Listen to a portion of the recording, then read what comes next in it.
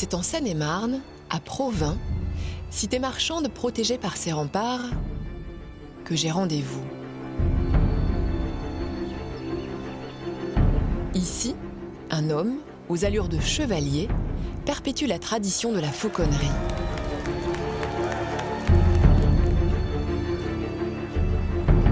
Il partage au quotidien sa passion pour les rapaces, nos prédateurs du ciel, symboles de puissance et de noblesse. L'usage de certains de ces oiseaux de chasse était pendant des siècles exclusivement réservé aux rois. Pourquoi ces animaux nous fascinent tant ? Comment cet art de la fauconnerie a évolué à travers les siècles ? Grâce à Philippe Hertel, son histoire, sa passion, nous allons essayer de comprendre ces animaux qui ont marqué de leur empreinte sceaux, armoiries et drapeaux au cours du Moyen-Âge. Hop, hop, hop, hop.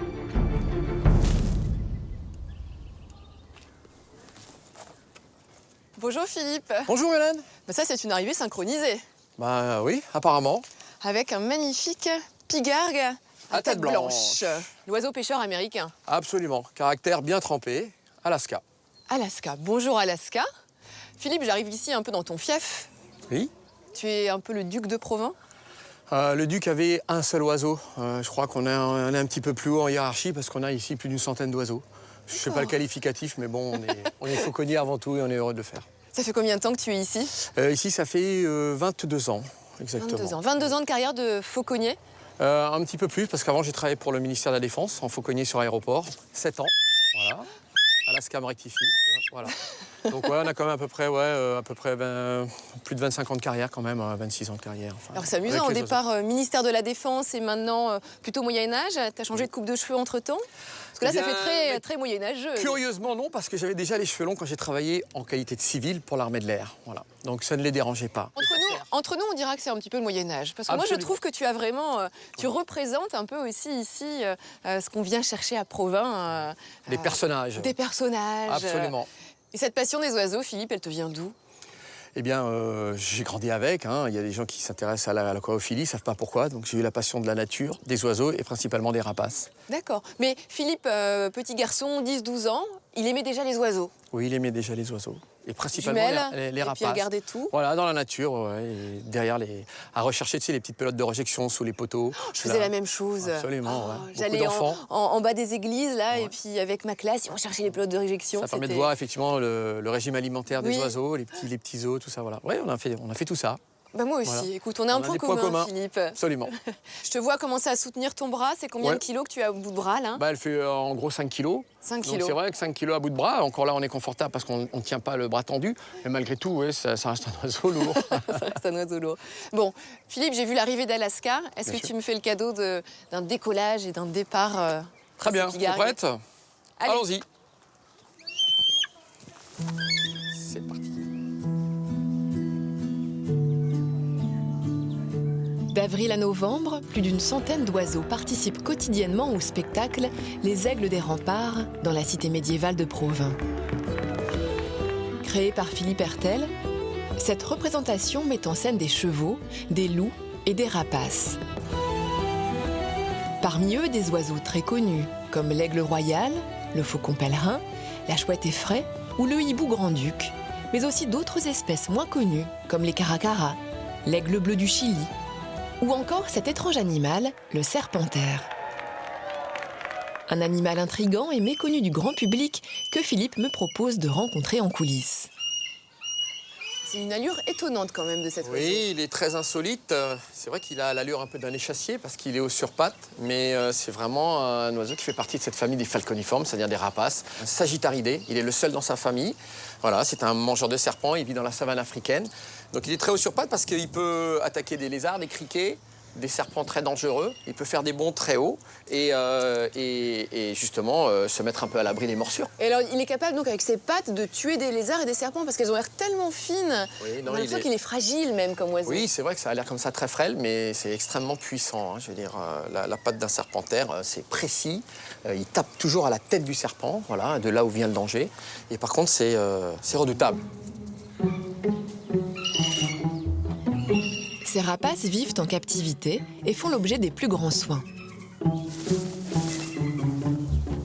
Tous les jours, ils sont pesés et leur alimentation est adaptée afin qu'ils aient un poids de vol idéal, un peu comme des athlètes de haut niveau. Voilà. 650. Même Maasai, qui ne vole pas pendant le spectacle, doit se plier à la règle. Allez, vas-y. Coq, coq, coq, coq, coq. C'est élégant hein, quand ça marche aussi. Ouais, hein, c'est très élégant. Voilà. Bon, alors tu vois, là, elle est donc sur son esplanade. Oui. Voilà, donc bien sûr, elle mange. Alors, je vais te la montrer, si elle veut bien, en action d'attaque avec le serpent. Maasai. Hop. Maasai est le premier serpentaire né en captivité en France, et malgré cela, il garde son instinct de prédateur intact. Donc c'est un leurre. Ça, c'est un leurre, ouais. Alors, tu vois, normalement, on bouge un peu le serpent. Hop, voilà. Elle attaque, voilà. Tu vois, ça déclenche comme ça l'attaque. Voilà.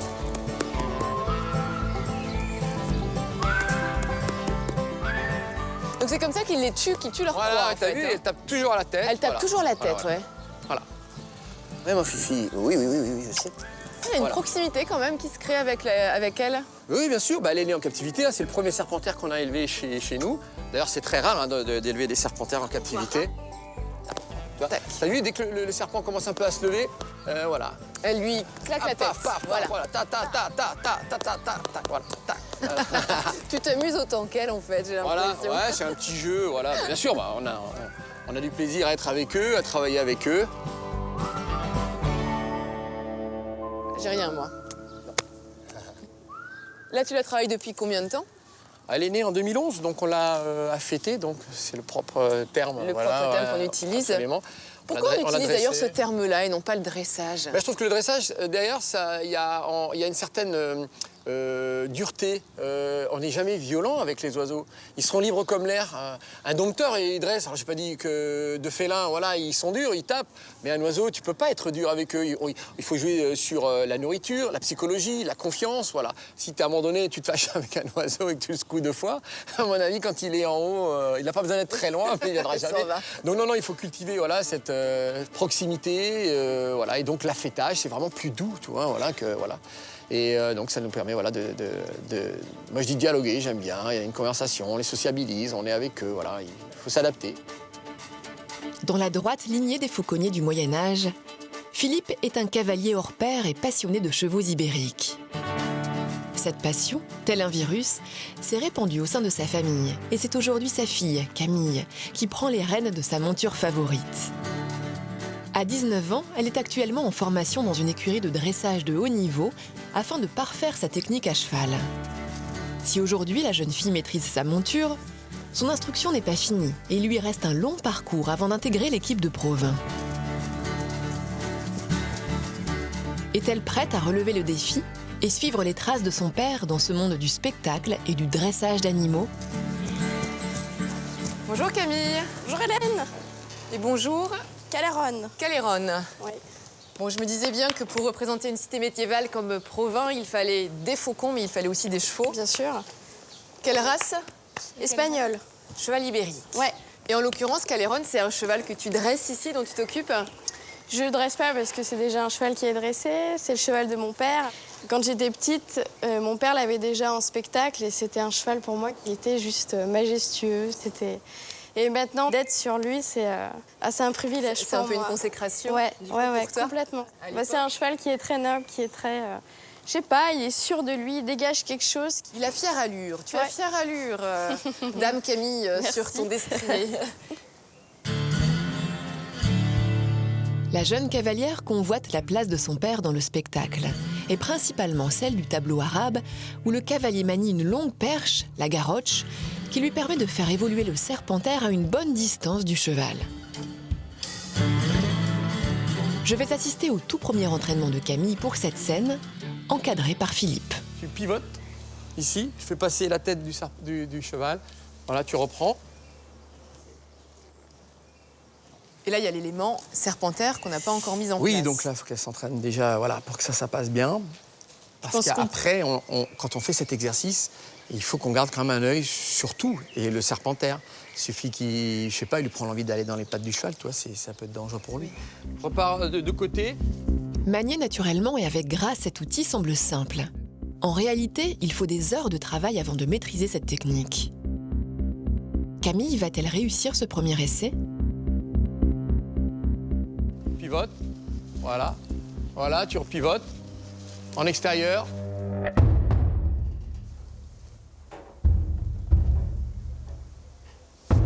Voilà, hein, tu es encore dans ton... Voilà, c'est pas grave, c'est comme tu le sens. Voilà. Il est impératif pour la jeune fille de réussir cette épreuve si elle souhaite un jour participer au spectacle avec le serpentaire. Voilà, tu laisses passer les fesses du cheval. Compliqué. Voilà. La tête du cheval. Non, Ah, t'es coincé. Au fur et à mesure, les gestes de Camille Voilà. se font de plus en plus précis. Pivot, Pour Philippe, c'est un soulagement. la tête, parfait. On revient tranquille, voilà. La même. Waouh. Tu lâches, c'est bien. Là, elle vient de le faire encore un petit peu toute Ouais, seule. ouais, elle le fait bien. Ça y est, ça rentre. Ouais. Voilà, avance, voilà. Voilà, de côté comme ça, très bien. Voilà. Comment il est avec toi, ton père? Plus exigeant peut-être avec moi qu'avec les autres, mais c'est normal parce qu'il faut que je réussisse plus que les autres parce que je suis sa fille. C'est comme ça. Les savoir-faire de la fauconnerie et des arts équestres se transmettent de génération en génération depuis des siècles, avec toujours cette même appréhension pour l'enfant, ne pas décevoir son père. Prochaine étape pour Camille, travailler sur la piste avec Caléron, la Garroche et le Serpentaire.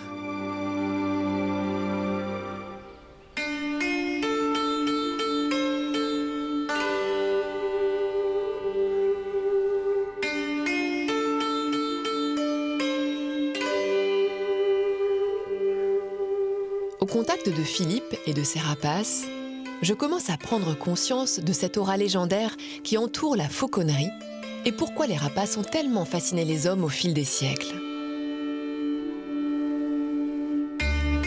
Pour mieux comprendre les us et coutumes de l'époque et quel était l'usage de ces oiseaux de proie ici à Provins, j'ai rendez-vous avec Luc Duchamp, conservateur en chef du patrimoine de la ville. Bonjour Luc. Bonjour Hélène. Alors parlez-moi un peu de ce lieu dans lequel vous m'avez donné rendez-vous. Eh bien, nous sommes pratiquement au pied de la tour de César, qui est le donjon de Provins. Et cette tour est un des éléments du système défensif de la ville. Alors la cité médiévale de Provins était justement très connue à l'époque car c'était un peu une plaque tournante du commerce ici. Tout à fait, c'est une ville de foire. Et venaient donc à Provins les marchands du secteur, mais plus largement d'autres endroits d'Europe. Et tout le monde se retrouvait à Provins pour échanger diverses denrées. Avec en particulier une spécialité qui est celle de la vente des chevaux, mais aussi des harnachements pour les chevaux. Il y a tout près de la tour, en ville haute, une rue de la Lormerie. La Lormerie, c'est l'activité qui consiste à fabriquer les harnais pour les chevaux. Les chevaux vendus ici n'étaient pas identifiés en fonction de leur race, mais plutôt selon leur utilité. Les destriers pour combattre, les coursiers pour le transport et l'envoi de missives, et les palefrois, chevaux de loisirs, également utilisés pour la chasse de haut vol avec des faucons. L'importance de ces foires a largement contribué à la notoriété de la ville de Provins au Moyen-Âge à travers toute la France. On a pris un petit peu de hauteur là, Luc. Oui, nous sommes sur le chemin de ronde, un des deux chemins de ronde de la tour de César. Alors là, je vois les oiseaux voler, ça me donne envie de parler avec vous de la fauconnerie. Parce que la fauconnerie, elle a connu son apogée au cours du Moyen-Âge. C'est un art très répandu dans l'aristocratie et d'ailleurs, même les femmes s'adonnent à la chasse au vol. Pour preuve, ce document, c'est une reproduction de sceaux du Moyen-Âge. Alors par exemple ici, cette planche montre un sceau qui a un rapport avec Provins puisque c'est le sceau utilisé par la comtesse Marie de France, qui est l'épouse d'Henri le Libéral, qui a fait construire la tour dans laquelle nous nous trouvons. Et on voit très bien que sur le sceau de Marie de France, elle porte au poing gauche, oui. sur la main gauche, un faucon. la présence d'un oiseau sur son poing gauche, c'est vraiment un attribut aristocratique. Absolument, c'est toute la symbolique que révèle le sceau.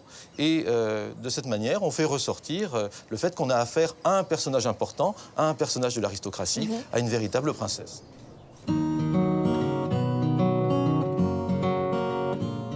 Au Moyen-Âge, la chasse de haut vol avec le faucon était réservée aux très hauts dignitaires. Le plus rare et le plus beau est le faucon gerfaut, et seuls les rois avaient le droit d'en posséder. Si ces prédateurs du ciel ont marqué de leur sceau la noblesse, certaines proies étaient elles aussi considérées nobles et exclusivement réservées à la chasse royale. À Provins, Philippe, à travers son spectacle, nous fait revivre cette époque du Moyen-Âge, où certains animaux ont été à l'origine de mythes et de légendes. Les rapaces nocturnes, tels les chouettes et les hiboux, ont souvent été associés à des animaux de mauvais augure. Philippe me propose de rencontrer et pratiquer quelques soins sur ces animaux mystérieux.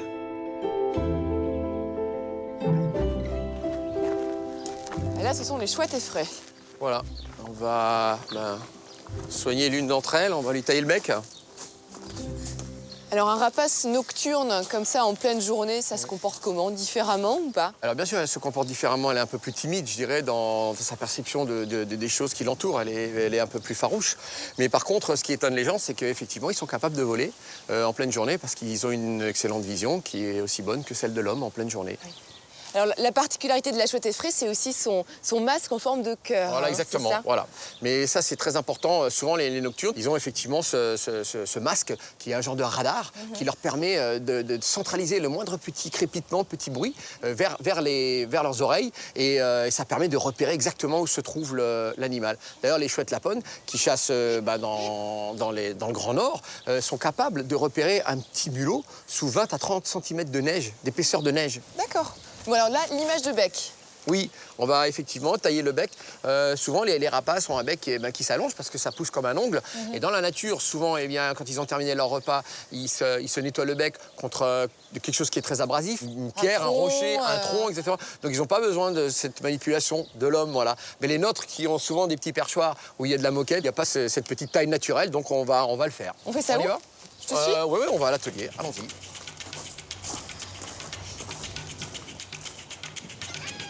Bon, voilà. On a même une petite table d'atelier qui est prête. Voilà, ça s'organise. Hein. Bon, comment veux-tu qu'on procède alors, Philippe? Alors, je vais l'attraper, je vais la tenir. Et ensuite, toi, tu prendras une petite lime et tu lui tailleras le bec, d'accord? D'accord. Ouais. Voilà. Donc, je saisis le bec. Voilà, c'est ça. Et ensuite, Et... voilà. D'accord. La chouette effraie qui a quand même payé un lourd tribut de son image qu'elle véhicule depuis le Moyen-Âge, justement. Absolument, ouais. C'est des oiseaux, malheureusement, qu'on s'empressait de capturer et de tuer, de clouer sur les portes des granges pour, soi-disant, conjurer un certain mauvais sort. Il y a encore 40 ans, on trouvait dans des villages, justement, des chouettes effraies. Il y a encore 40 ans? Oui, 40 ans, 40, 50 Donc ans. on n'est même plus au Moyen-Âge, là? Non, on n'est plus au Moyen-Âge. Et c'est grâce, effectivement, à je dirais une prise de conscience, quoi, des populations. Parce qu'effectivement, on a un petit peu éduqué l'esprit des gens, voilà. C'est fou que cet animal ait pu être associé aux sorcières, aux mauvais sorts. Je trouve ça assez étonnant parce que... Mais c'est ça, c'est leur image d'animal nocturne voilà. avec des bruits oui, absolument. effrayants. Mais quand tu prends effectivement encore des dessins animés où souvent la sorcière, qu'est-ce qu'elle a? Ou elle a un corbeau, ou elle a une chouette, un hibou, quoi, voilà. Donc c'est le milieu de la nuit qui nous effraie. Donc ça doit être notre ça. inconscient collectif qui continue à conserver cette image. Absolument. Harry Potter a fait du bien quand même. Oui, bien sûr. Ou chouette. Ah oui, absolument. Bon, voilà. Bon, Est-ce voilà. que c'est bon ou pas pour son C'est parfait, image là. de bec? Ouais, t'as bien T'en penses fait. quoi? T'as bien fait, là. On a d'autres oiseaux, ça va être réparation de plumes. Ah, génial. Ouais, on va le faire. Très bien. Super. On y va. Philippe m'invite maintenant à l'assister dans une opération délicate et un peu dangereuse. Ce qui n'est pas étonnant quand on connaît la puissance des rapaces qui vivent ici. Ce faucon gerfaut a perdu 2 plumes et Philippe va me dévoiler sa technique pour les réparer. Tout d'abord, trouver la bonne plume. Pour cela, le fauconnier puise dans un réservoir de plumes de mue qu'il conserve précieusement. Une fois la bonne plume trouvée, Philippe l'ajuste et la colle avec de la glu. Grâce à cette prothèse, en quelques minutes seulement, ce rapace, un des oiseaux les plus rapides au monde, retrouve toute sa capacité de vol. C'est de la chirurgie de précision que tu nous fais, Philippe, là. Hein. C'est voilà, précision, bricolage. Voilà. Bricolage, Voilà. c'est ça. Voilà, et quand je te dis, tu lâches tout d'un coup, et hop, voilà, c'est bon. Hop. Et voilà. Et voilà. Voilà.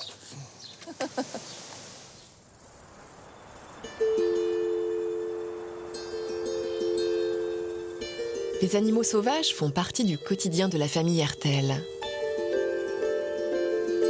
Camille, la fille de Philippe, s'est liée d'amitié avec une louve, Kodaï. C'est quand même étonnant, cette relation qu'on peut avoir avec un loup.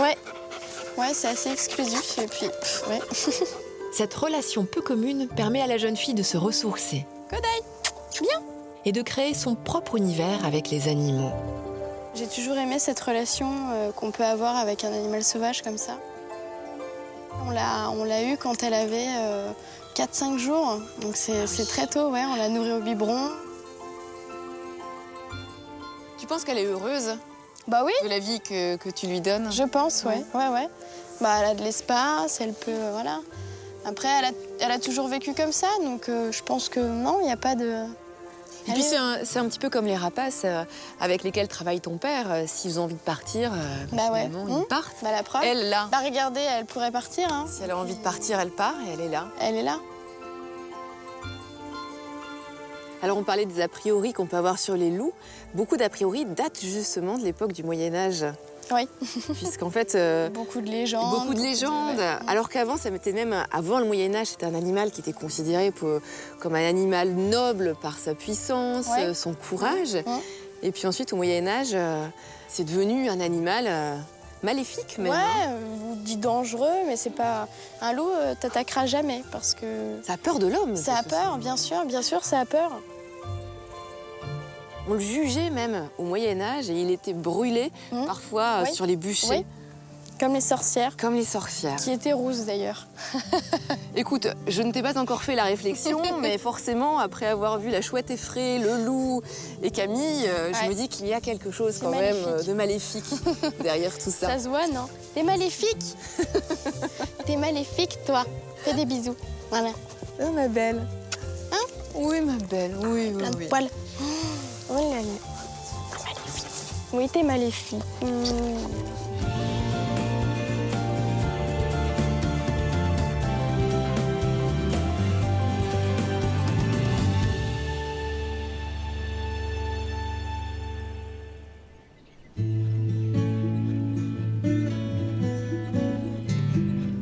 Ce matin, Philippe m'a donné rendez-vous afin de découvrir une autre facette de son métier. Les rapaces sont des animaux sauvages et protégés. Il est strictement interdit de les capturer dans la nature.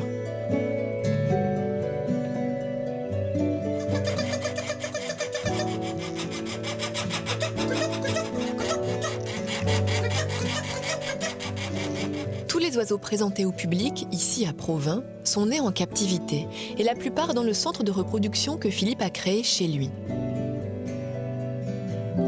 Dans cette petite pièce, il a installé un incubateur pour faire éclore des futurs artistes de haut vol. Donner naissance à un rapace est un travail minutieux.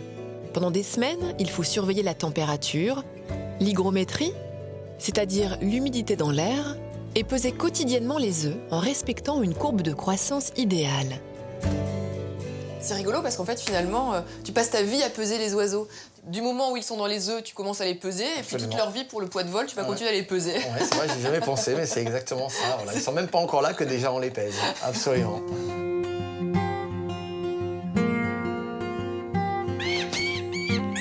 Je peux les prendre? Il a à peu près 10-12 jours. Et ça, qu'est-ce que c'est comme C'est un espèce? petit aigle bleu. Aigle bleu du Il est Chili. pas très bleu, là. Hein. Ah non, c'est un poussin, il est tout blanc. C'est amusant parce que autant les plumes sont... Voilà, là, c'est juste un petit duvet. Oui. Autant le bec, il est déjà parfaitement bien formé. Hein. Le régime alimentaire de ces petits oisillons est exclusivement à base de viande. Allez. Plusieurs fois par jour et pendant les premières semaines de leur vie, Philippe les nourrit à la main. Je prends un petit peu l'air. Alors Hélène, à ton avis, un oiseau assez insolite, étrange, qu'est-ce que ça pourrait être? Écoute, Oui, oui, je te regarde. Laisse-moi te regarder. Alors, ce que je vois, c'est qu'il a des longs cils, des petites plumes derrière la tête. Ouais. Est-ce que je suis sur la bonne piste? Ouais, je pense, ouais. Ouais. Et des pattes juste surdimensionnées, j'ai jamais vu ça. C'est vrai, mais après, elles vont s'allonger, et puis, donc, c'est le... C'est un serpentaire? C'est un Absolument. bébé serpentaire? C'est un bébé serpentaire. Oh. Voilà. C'est génial, il a déjà toutes les caractéristiques propres Ouais. À l'espèce. à l'espèce. On va essayer de... Je vais lui peut-être donner lui un, de nourrir un petit peu. Voilà, donc tu prends un petit morceau de viande. Voilà. S'il le voit, il va voir le bébé. Hop, Ah bah oui, bah, impeccable. il a faim. Hein. Ouais, il a faim. Vas-y, tu peux continuer. C'est fragile, précieux. C'est précieux, là, un bébé serpentaire comme ça. Oui, c'est précieux. On en trouve quelques-uns en captivité, mais de là à ce qu'ils se reproduisent, c'est encore un peu plus compliqué. Donc c'est vrai que quand on a la chance d'avoir déjà le coproducteur, récolter des œufs et pouvoir sortir des petits, les amener jusqu'à terme, quoi, c'est... C'est une première victoire. Hein. Ouais. Alors là, ce qu'on est en train de faire, Philippe, c'est de l'imprégnation. Oui, c'est de l'imprégnation, c'est-à-dire qu'on se substitue aux parents. Oui. Et que l'oiseau se prend pour Voilà. un humain, enfin, Voilà, en tout s'apparente cas, à il notre se espèce. prend voilà, pour un de nos congénères. Un de nos congénères. Voilà, il va s'identifier à nous. Et effectivement, c'est donc cette imprégnation qui peut être nécessaire, mais pas indispensable, pour dresser, donc pour affêter un oiseau.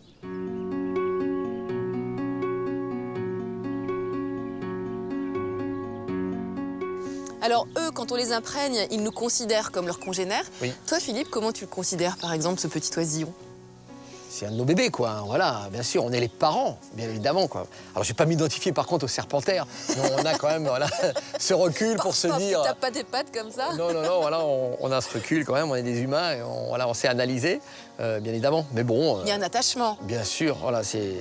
Tout éleveur voilà, qui élève des oiseaux, il y est attaché, bien évidemment.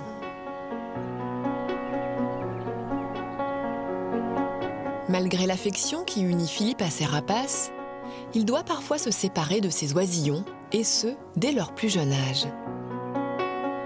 L'élevage d'oiseaux de proie n'est pas une mince affaire. Plus de 30 espèces différentes évoluent pendant le spectacle des aigles des remparts. Et le centre de reproduction de Provins ne peut assurer seul la pérennité de la volière. Philippe a rendez-vous avec Michel Vulin, éleveur de faucons gerfaux, avec qui il doit troquer des oiseaux, et il m'a proposé d'assister à cet échange. Donc vous faites garderie.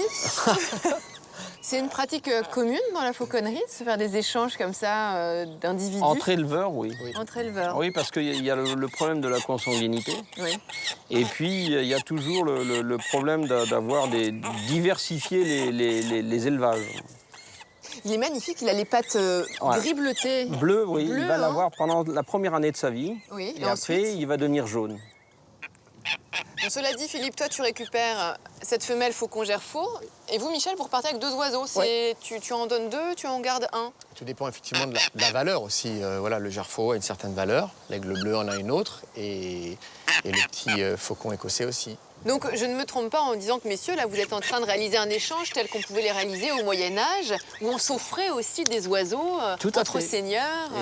Il aurait pu très bien m'offrir un cheval. On va dire ça comme ça. Alors, messieurs, comment se conclut un tel échange entre 2 éleveurs? Chacun repart avec son bac de son côté? Ouais, on va dire ça. D'abord, une petite larme, parce que ça fait 1 mois et demi qu'elle vit avec moi. Ma femme, on y était très attachés. Et aussi, on est fiers que Philippe prenne cet oiseau. C'est parce que y a peu de gens qui s'intéressent à cet oiseau dans France. Et que justement, Philippe, avec les aigles du rempart, s'intéresse à cet oiseau qui est mythique. Moi, c'est une grande fierté et je suis vraiment... C'est pas une question d'argent, ça me fait vraiment plaisir. De retour à Provins, je vais retrouver Camille et Philippe au Théâtre des Remparts. Aujourd'hui, en plus du cheval et de la garroche, Camille doit s'entraîner avec le serpentaire. Voilà, allez, tu l'emmènes avec toi. Non mais, sur le côté. Une difficulté supplémentaire. Philippe est inquiet. Il sait qu'au moindre faux pas, tout peut basculer. Voilà, tu peux pas, tant qu'il y a de la nourriture, tu peux pas ramener la garroche vers toi, parce qu'elle te suit, tu la ramènes dans les jambes du cheval, ok? Allez, passement. Voilà.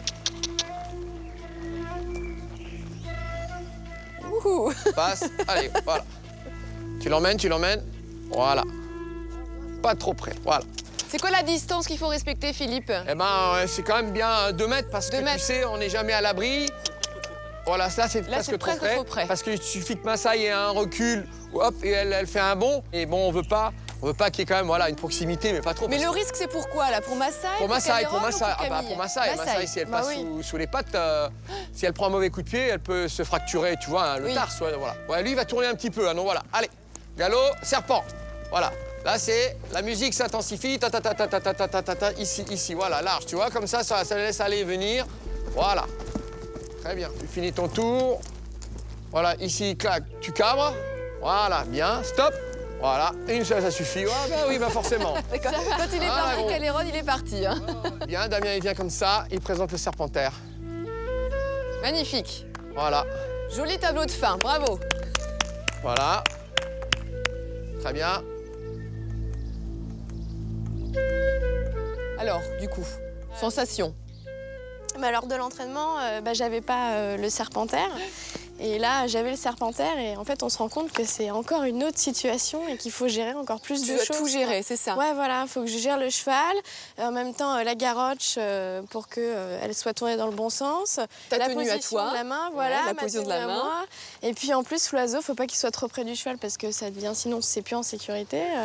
Non, il y a plein de choses à gérer, donc c'est encore plus difficile, quoi.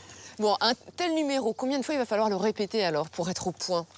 Oh, il y a quand même, je dirais, une bonne cinquantaine de fois quand même, hein, parce qu'il faut vraiment que ça soit, voilà, Il faut que ça soit fluide. Et ouais, puis fluide, exactement, et qu'on ait le sentiment de plus devoir penser à toutes ces petites choses qui mettent les animaux en sécurité, voilà, mais que ça devienne presque un déplacement naturel, quoi. Voilà. En tout cas, même si vous êtes en apprentissage, on sent que l'harmonie entre l'homme et l'animal, on sent qu'elle est présente, elle est vraiment palpable.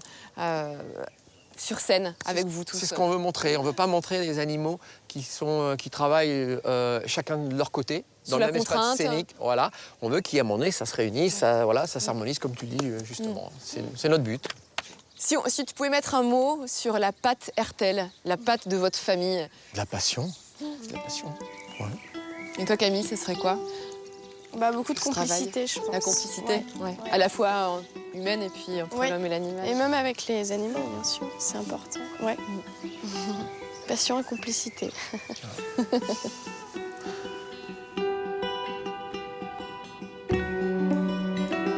Du haut de ses 25 ans de carrière, Philippe commence à voir en sa fille la relève.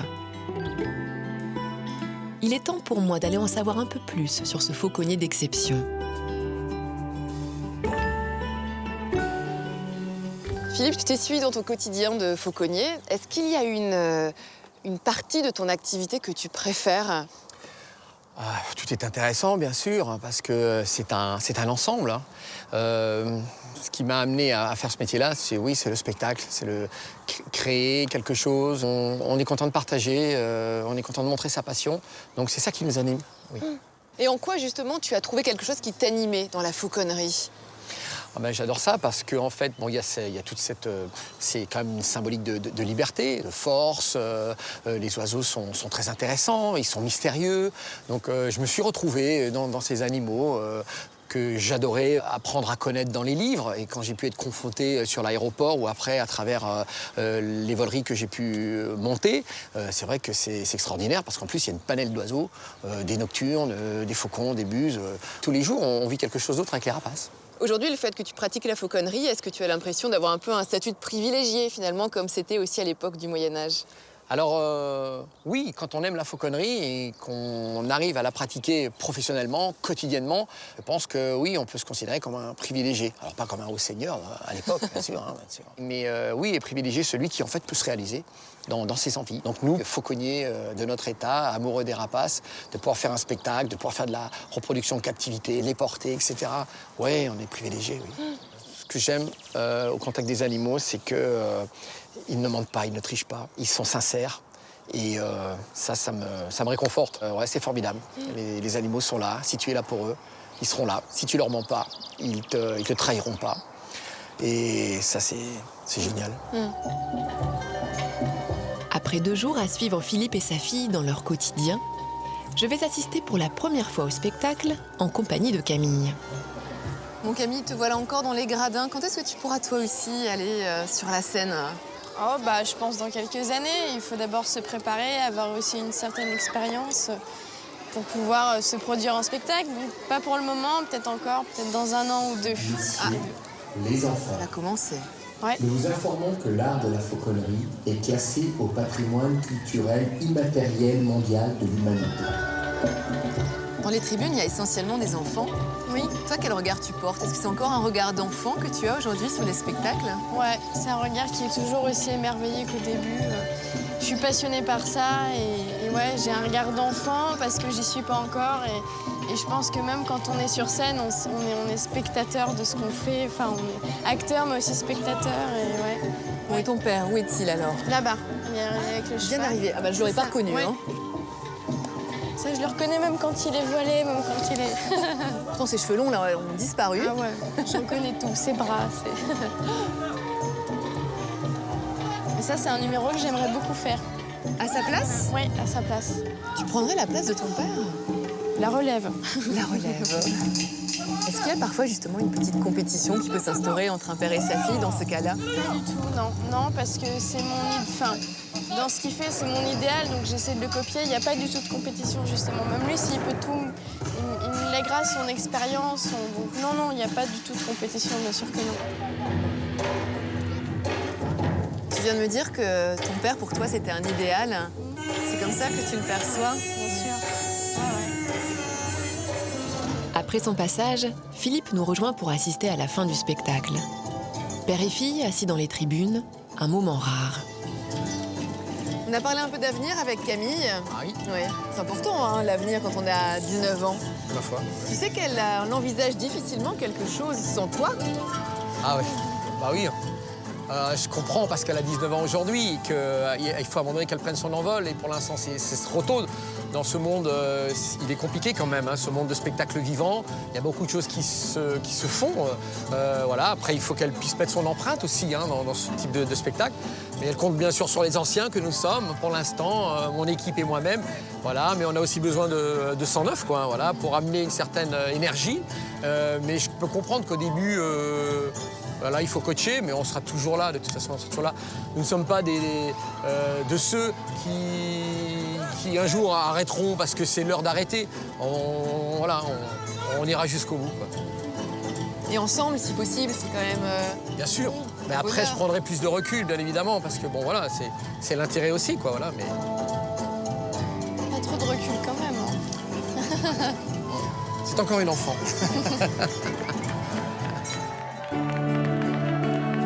Grâce à Philippe, mais aussi à sa fille Camille, tous deux animés par la passion des animaux, vibre encore aujourd'hui, au cœur de Provins, son passé de cité médiévale. Même si le temps des chevaliers est révolu, en se rappelant l'importance qu'ont eue les animaux au Moyen-Âge, on ne peut que les considérer encore plus à notre époque. Cerfs, rapaces, animaux de la ferme, loups, tous ont participé à leur façon à écrire l'histoire commune entre les hommes et les animaux.